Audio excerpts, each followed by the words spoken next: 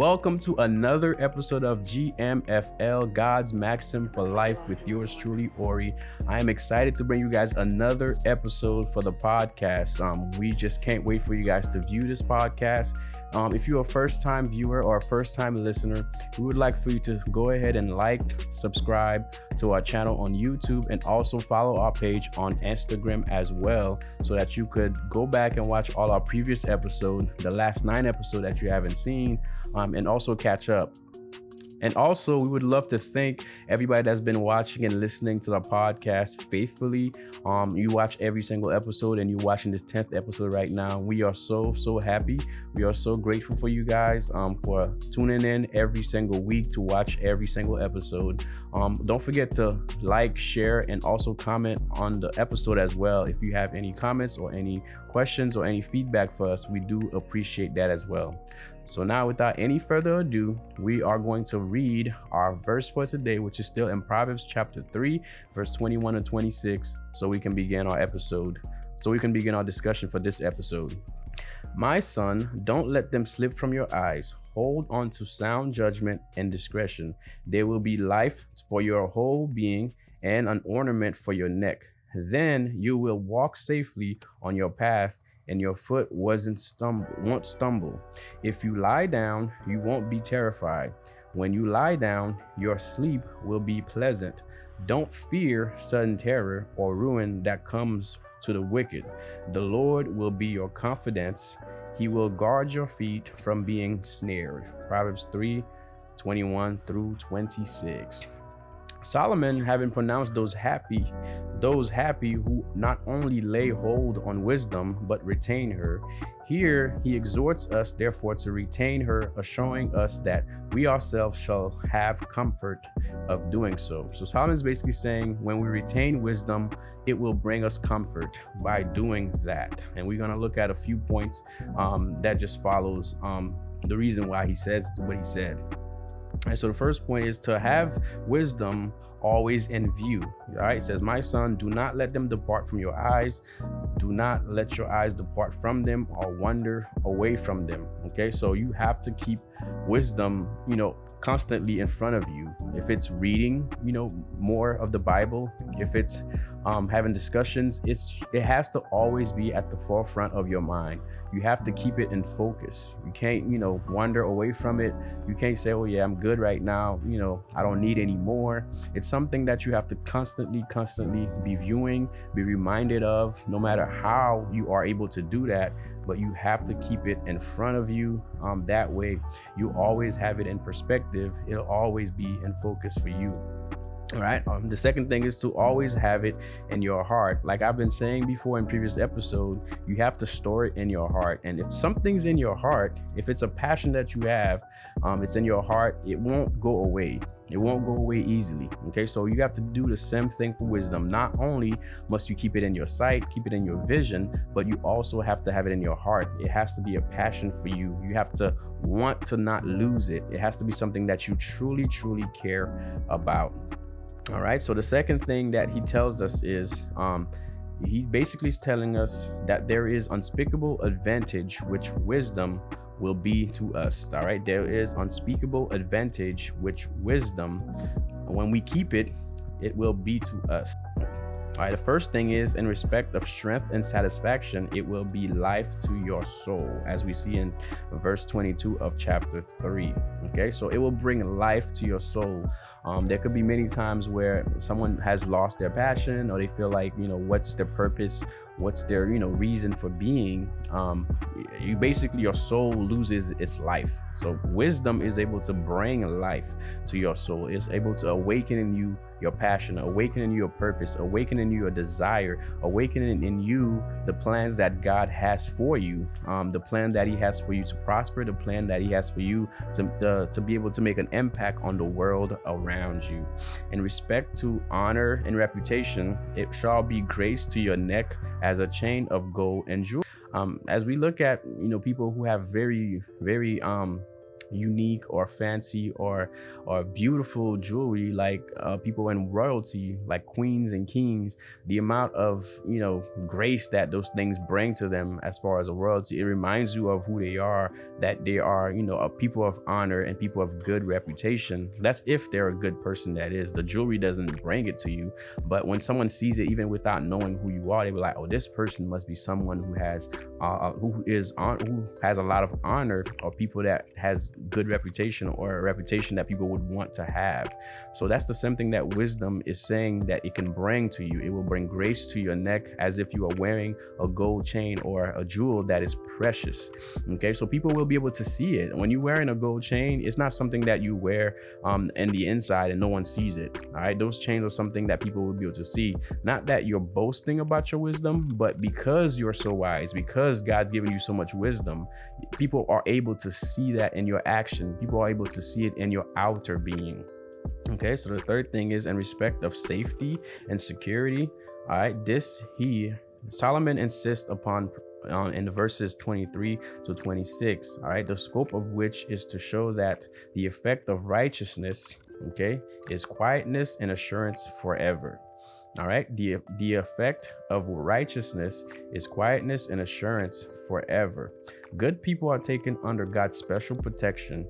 Therein, they may have an entire satisfaction. They are safe and may be easy. Okay, so when people are living righteous, God takes special notice of that, and He is there to protect those people. He is there to protect you from things that you shouldn't. He's there to protect you from things that the wicked people, that people who are not of God, have to worry about. You don't have to worry about that.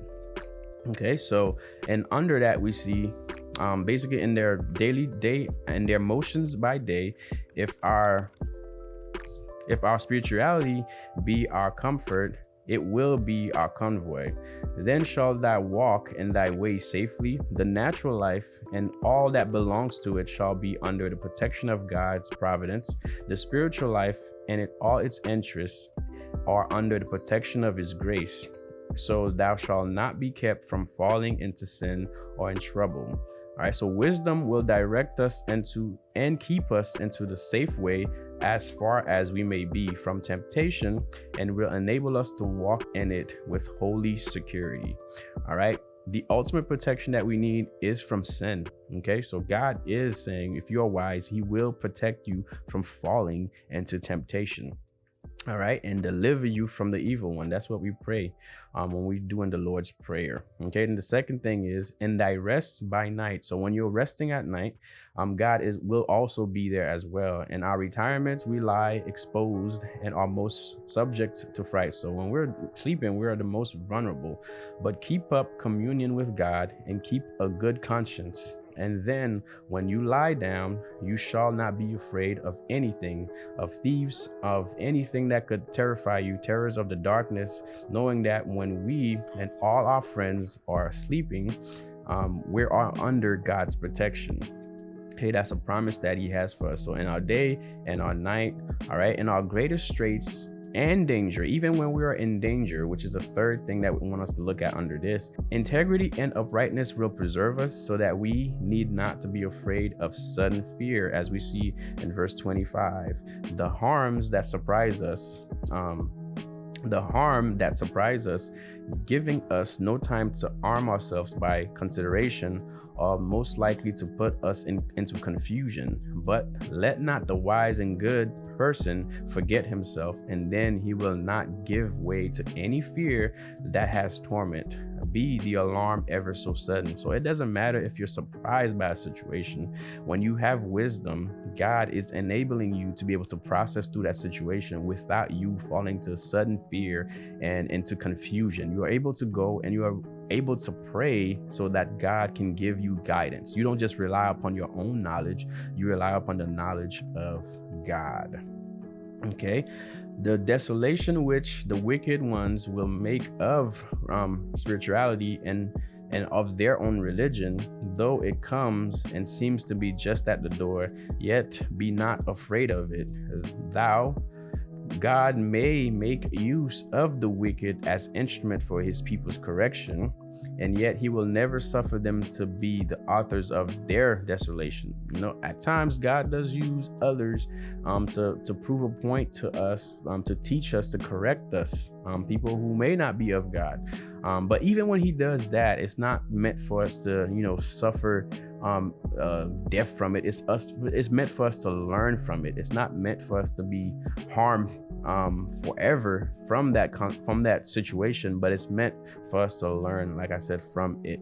Yet God knows who are his and how to separate between the precious and the vile. Therefore, be not afraid of that which appears most formidable. As we see in verse 26, the Lord shall be not only your protector to keep you safe, but your confidence to keep you secure, so that your foot shall not be taken by your enemy, nor ensnared by your fears. God has engaged to keep the feet of the saint. Okay, so God's promise to you is that you will not succumb to your enemy, and he will be there to protect you. He will be there to keep you safe. He will be there to keep you secure. God has security, safety, and protection for those who are his, and he knows who you are. All right. He knows who we are, those who are his. He knows how to separate us from those who are not his. Okay. Like he said, we know his voice, and he also knows who we are as well. Those who are called his children. Okay. And God has nothing but good thing for those who are his children. Okay, sometimes we do things that we're not supposed to, and we require correction. Like he said, he will discipline those he loves.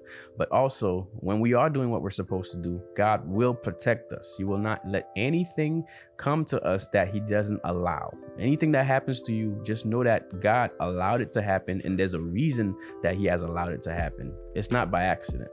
Okay, so this is the last part of our podcast. If you made it to this point, I just want to thank you guys for watching or listening to the entirety of the podcast. Like I said at the beginning, if you have not yet done so, please go ahead and subscribe to the channel on YouTube, and also follow the page on IG. We are also on numerous other platforms as well. As far as listening, we are on Google Podcasts, Apple Podcasts, Spotify, Anchor, and many more other platforms as well. You'll be able to find us by just searching God's Maxim for Life podcast, and you'll be able to see all the other episodes that we have posted so far.